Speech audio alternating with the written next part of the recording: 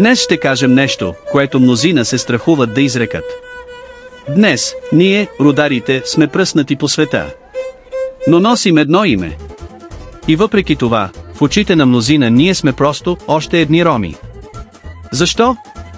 Заради цвета на кожата. Ако погледнеш само с очи, ще сбъркаш. Ние не сме това, което изглежда отвън. Истината е по-дълбока. Много от нашите хора, без образование, без училища, без посока, започнаха да копират това, което виждат.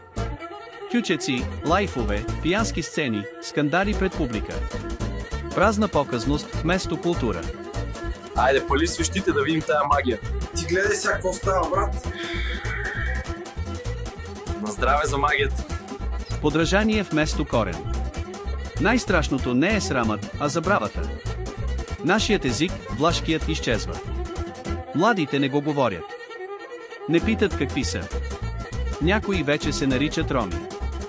Но ние никога не сме говорили ромски. Нито една дума не е била наша от техния език. Още има искри. В Бургаско се пази празникът Мама Буна, само за мъже, с курбан, с чест и мълчание. Haideți, fraților, la Mama Bună! Това не е показ. Това е памет. Ние не мразим ромите. Имаме приятели, съседи, кумове. Но ние не сме роми. Имаме различен език. Различен произход. Различна история. Ние сме рудари. Потомци на свободните даки, да колибер. И ако не се наречем с истинското си име, кой ще го направи?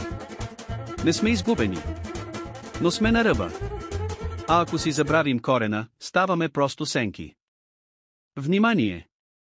Част от съдържанието във видеото се основава на устни разкази, предания и семейна памет, предавана през поколенията сред рударската общност.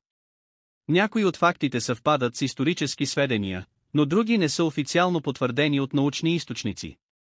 Целта на видеото е да съхрани идентичността, езика и духа на рударите, така както го помним от нашите предци.